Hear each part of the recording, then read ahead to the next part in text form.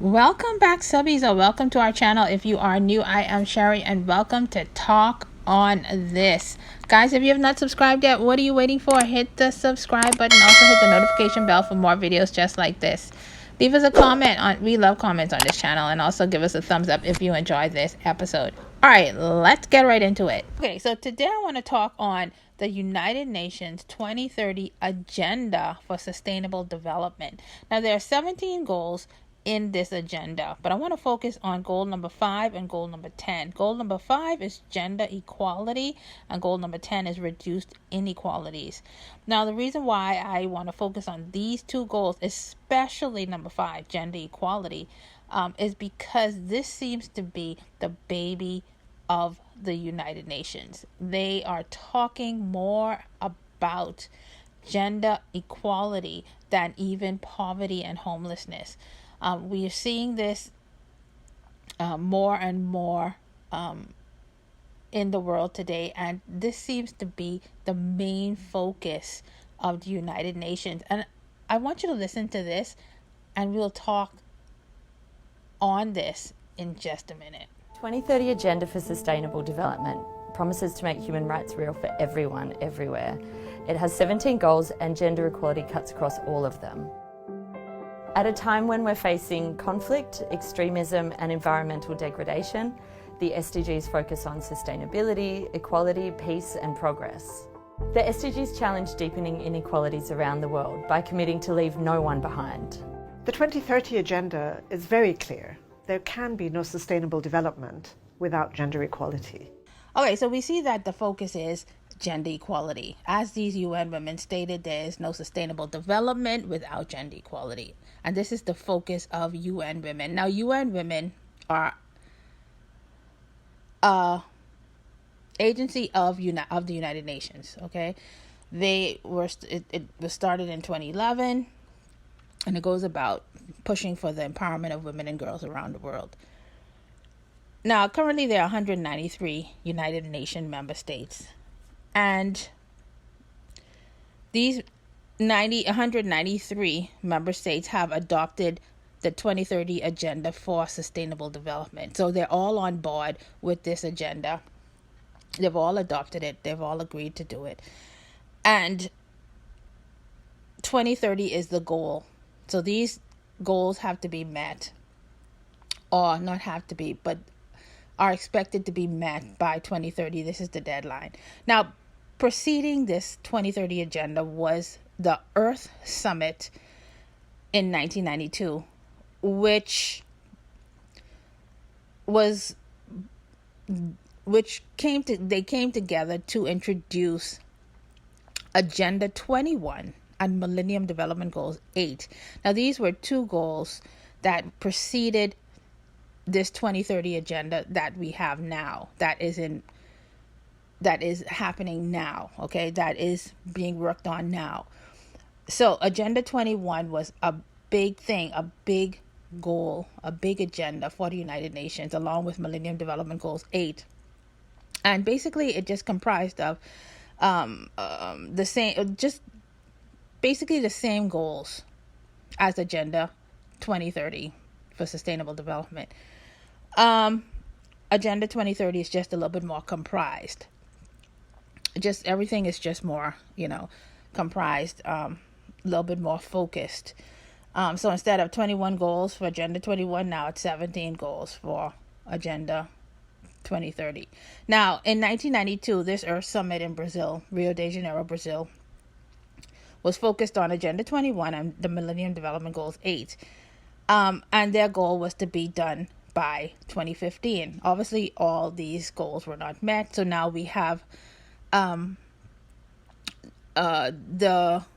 2030 agenda that was universally adopted by 193 United Nations member states in 2015 at their meeting at the headquarters in New York, the United Nations meeting at the headquarters in New York. So these 193 nation member states are on board, have adopted this agenda, and the whole agenda is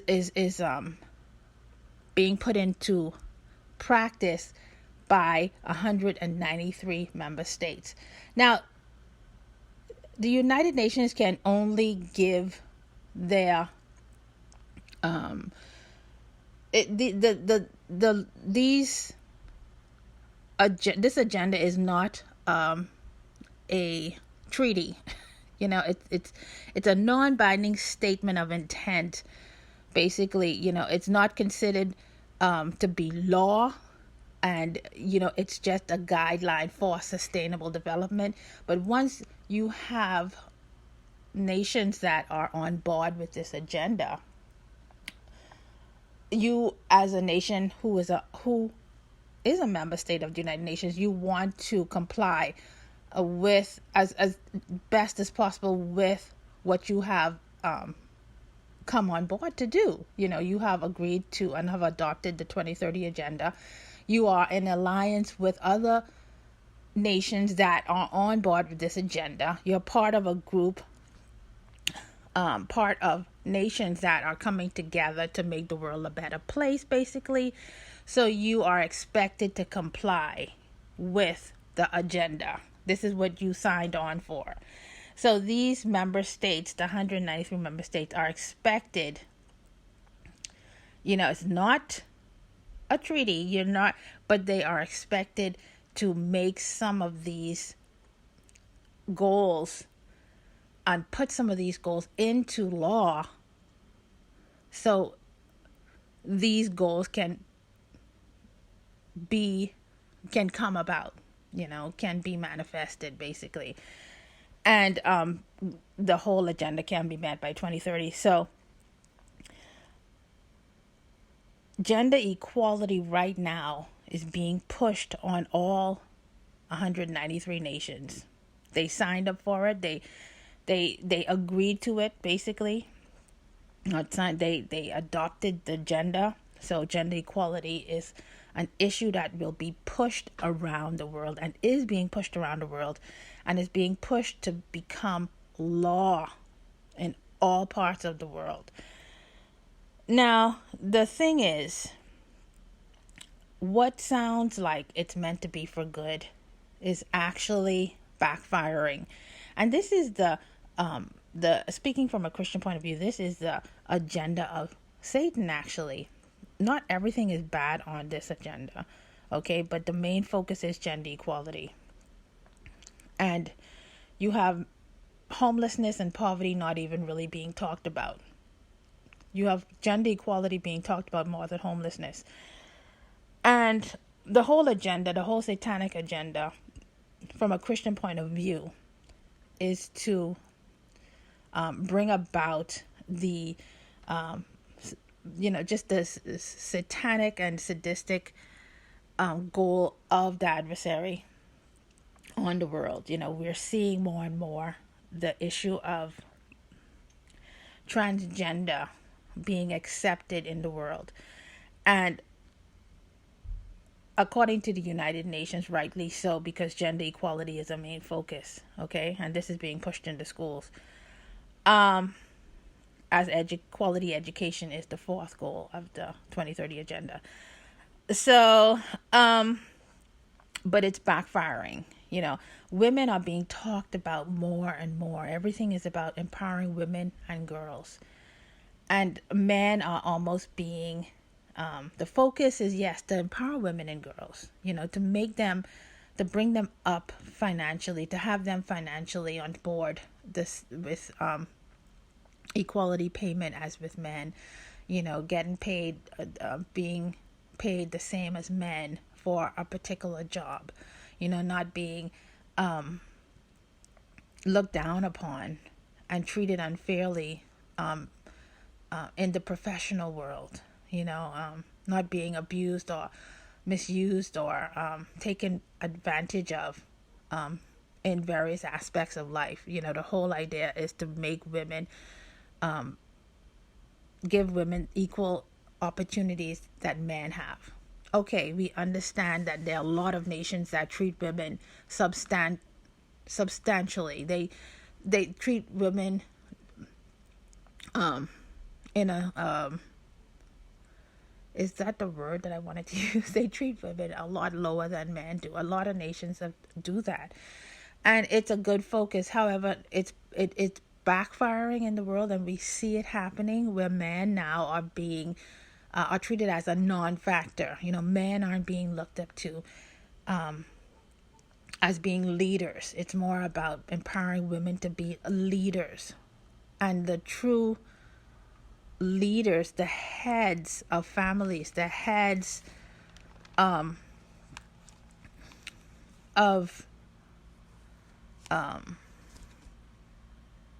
the heads of our families are being treated as non-factors, are being looked down upon. The role of the man is being diminished, and men are losing vision of who they were meant to be. And more focus is on the woman and building the woman up. And this is really an agenda of the adversary, of Satan. And from a Christian point of view, you can see it happening where the role of the man is being diminished. And it's hard to watch because now men don't even know who they are. They don't know their role. Men are becoming now more weaker, and women are being built up because there's so much talk about building women up and making them equal to men, that we are losing our men. And it's sad to see. And this is why I'm telling you that this agenda, this gender equality agenda of the United Nations is a sinister agenda. Ephesians 5:23 says, "For the husband is the head of the wife, as Christ is the head of the church, his body, of which..." Let me read that again. Ephesians 5:23, "For the husband is head of his wife, as Christ is head of the church, his body, of which he is the Savior." Again, I want to read 1 Corinthians 11:3, and it says, "But I want you to understand that the head of every man is Christ, and the head of the woman is man, and the head of Christ is God." So we see that we really were not created equal. We are, as women, we were taken from the man and we were made from the man. Man was created first. He was created as the authoritative figure, as head over the woman. The woman was made from man. Okay, in Genesis 1:27, it says God created man in his own image. Okay, he created man in his own image. Universally man, meaning man and woman. So both of us are created in God's image. But it goes on to say, in the image of God, he created him. So he created him. He didn't create her. He created him in the image of God, meaning God created man to have his image of authority, as a head. When God came down to the earth, he came down in the form of a man, not a woman. Okay, this shows you that man has that authoritative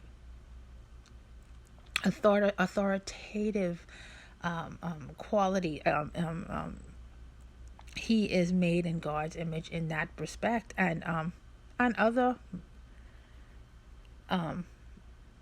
ways as well. But as the head, he created him. Now, it goes on to say male and female, he created them. Yes, he created us male and female. But he made man in his image, being as the head, as an authoritative figure. But both of us, man and female, are created in his image. We both are creators. We both love. We both have emotions. We both reason. We both can decipher from good and bad. We both have these qualities that are unique to human beings that are in the image of God. Now, but man was created as the head, and in that respect we are not equal. But yet they want to push this agenda where women are equal to men in that respect, when men are the head over the woman. And I'm speaking from a Christian point of view. But this agenda of women being equal to men is totally wrong, you know, and men are becoming weaker, men are losing who they are. I want you to see this clip first about this woman talking on gender equality and how the man is actually losing his place.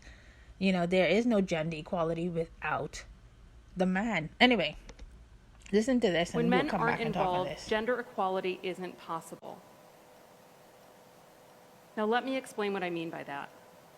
A lot of us, when we hear the word gender, we think women. But gender equality isn't a euphemism for women's rights. It's so much more inclusive than that. Gender equality requires that women and men, their needs and differences are taken into account and valued equally. It doesn't mean we're the same or that we're meant to become the same, but rather that our sex at birth does not determine our future. So because gender equality is about both women and men, it requires all of us to be involved. So yes, men have to be included in gender equality. This is only natural. You know, men and women were created by God, male and female. He created them. Now, there's a saying in scripture that says, overcome evil with good. Men have in the past and still are taking advantage of their position as head over the woman, how they were innately created. This position is being abused worldwide, and there needs to be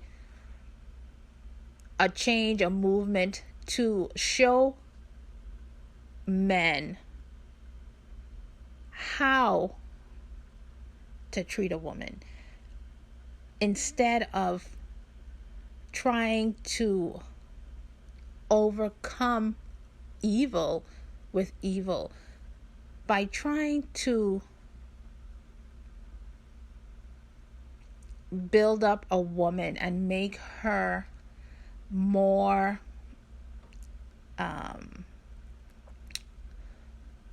powerful, empower her, make her more dominant over the man, or on the same par as the man. At the same time, criticizing men for what they have done instead of showing them how to do it the right way. There's this movement of feminism that are making men seem less than. It's almost creating an environment where men now are looked down upon. Men don't want to be men anymore. Why do they want to be men when women are so talked about, so glamorized? There's so many more opportunities for women now. We're building women up, and we're tearing men down because of what they are doing and what they have done, as far as abusing their position as men, as the head, which is not right, which was not right. But we need to show men, we need to have forums and talks to show men how to treat women, teach men how to treat women, show leaders how to have a woman as a member of parliament and not feel threatened by that woman. We need to have forums like this, but yet we're tearing men down by the feminist movements that are coming out. And this is creating an environment where men want now to be women, because women are so glamorized. Men want to become women. Men don't like to be men anymore. Men are angry. They are angry at women because women are now excelling above them. Women are now being listened to. And it's not a bad thing that women are being listened to and respected more. But you cannot overcome an evil with evil. It's an evil thing to tear down a man instead of showing him the right way of doing things if they don't understand it. Do you understand? It's not a good thing to fight against evil with evil. And this is what is happening. And we have a culture now of men wanting to become women now. Men don't even know how to be men. And they hate women because of it.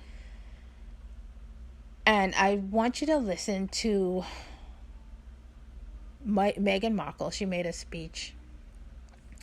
And she's an advocate for the United Nations women empowerment. And I want you to listen to a speech she said on empowering women. And then we'll get back and talk on this. Women make up more than half of the world's population and potential. So it is neither just nor practical for their voices, for our voices, to go unheard at the highest levels of decision making. The way that we change that, in my opinion, is to mobilize girls and women to see their value as leaders and to support them in these efforts. To have leaders, such as President Kagame of Rwanda, continue to be a role model of a country which has a parliamentary system comprised of 64% female leaders. I mean, it's the highest of any government in the world, and it's unbelievable. We need more men like that, just as we need more men like my father.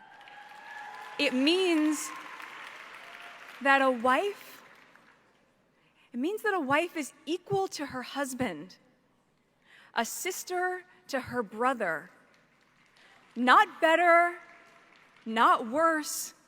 They are equal. UN Women, as you guys know, has defined the year 2030 as the expiration date for gender inequality. Now we see that this was a typical feminist speech. Meghan Markle praises the Rwandan government and the president of Rwanda for having an extensive women's government. Now, it is true that the Rwandan government is the only government in the world that has a political chamber where women outnumber men. But are we supposed to forget the extensive human rights violations? The numerous Rwandans that have disappeared and have been murdered? The United Nations investigations against violations of human rights? Are we supposed to forget all of this for the sake of gender equality? And this is what this agenda encourages. Anyone who participates or is for gender equality in all its dysfunctional forms that is allowed and accepted by the United Nations agenda is accepted. You are accepted. If you are against it, you are shunned. And the United Nations has now even allowed for wording to accept anyone who wants to identify as a woman or a girl. The whole idea is to empower women and girls, and men who identify as women or boys who identify as girls are accepted by this gender equality provision. And this is the evil agenda that is going on. And this is the question that is going on in the world now. What is a woman? The only time that the agenda and the goal of gender equality mentions female is in pertaining to genital mutilation. Other than that, the wording is women and girls under goal number 5, gender equality. And it accepts anyone who identifies as women or girls. And this is the dysfunction that this agenda encourages. And this has to be addressed. And this is what eventually the United Nations wants the world to enforce: the acceptance of anyone who identifies as a woman or girl to be accepted as a woman or a girl, regardless if they are biologically female or not. And this is a major problem, and this is an evil agenda that is being placed on nations who have adopted this agenda. And it's even getting worse because there are talks of multiple genders now. How many genders are there? And it's going on and on from there. So, obviously we're going to have to continue this, and I want to continue this in part 2. So, please stay tuned to part 2 of this talk on gender equality and this sinister agenda of the United Nations. And I also want to mention before I go that by no means is the empowerment of women the cause of men being violent or men feeling less than and becoming dysfunctional. A man is in control of his own emotions and his own manhood. A lot of men are secure in their manhood. No matter how empowered a woman gets, there are men who are secure in their manhood, and this does not affect them because they are secure in themselves. But then you have men that are not secure in themselves, and the empowerment of a woman can actually bring about a violent streak in them. The rejection from a woman can actually bring about a violent streak in them. And this is just typical of people in general. Not everyone is created the same. So not every man is secure in his manhood, but by no means is a woman's empowerment the cause of what a man decides to do with his emotions. That's on him. But we do have to create an environment where gender equality is all about both sexes, both genders, and there are only 2 genders, the male and the female, and not just the female, because we're going to create a society where one gender wants to become another gender. And in this case, because the women are the gender that is being empowered, you're going to have men who want to actually become women so they don't feel left out and are a part of this movement of acceptability and empowerment, and it has to be across the board. Otherwise, we're going to have a dysfunctional society.